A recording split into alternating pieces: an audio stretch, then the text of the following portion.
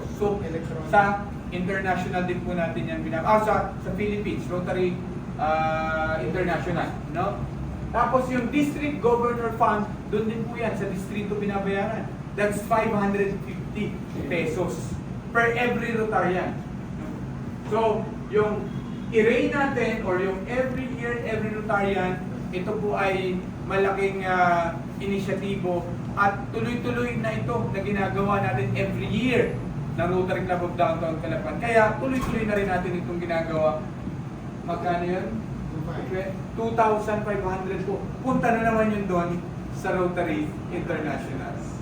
So makikita nyo po, yung malaking perang ibinigahagi natin, malaki po doon ay punta sa Rotary International. Wag po sasamaan loob natin, okay lang yun. Kasi doon sa dami ng project na pinupondohan ng Rotary International or Rotary Foundation, doon po naman nagiging kabahagi ang pera natin. Kaya matutuwa kayo na marami tayo natutulungan all around the world. So, may Rotaract Fund tayo na 300 per Rotary.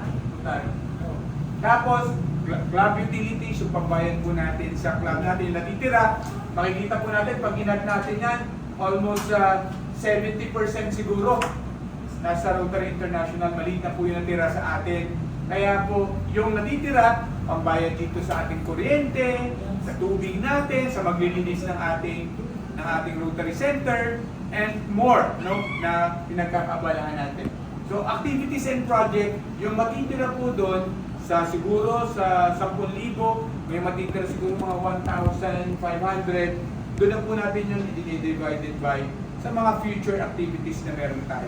Kaya po, madalas, dahil kulang na kulang yung budget na yon for our Rotary projects and initiatives, kaya tayo po minsan ay makakaranas kayo na may humihingi tayo ng tulong at suporta. Pero ito po ay hindi sapilitan. Ano po? Ito po ay hinahayaan kayong magbigay na pinipilit din naman kayo. Ano?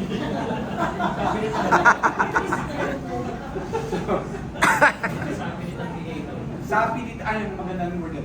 Sapilit ang bigay. Bakit naman po sapilit ang bigay? Kasi dahil sa kita ninyo, sa ganda ng naitutulong natin sa community, talagang buong puso mo siyang ibinibigay. No? Dahil kita mo, pag yun, sabi ko nga sa inyo, pag sumama kayo sa mga projects natin, niyapos ka na ng mga bata, no?